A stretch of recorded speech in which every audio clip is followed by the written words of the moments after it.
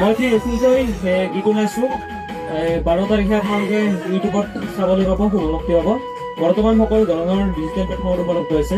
গীতটিৰ নাম অজনবৰা। গীতটি লিখিছে আৰু সুৰ কৰিছে মোৰ শ্ৰদ্ধাৰ দাদা এ আৰ মানিক। তেওঁকে মঞ্চত আপোনালোকৰ শ্ৰদ্ধা দিছোঁ। গীতটো লগাবলৈ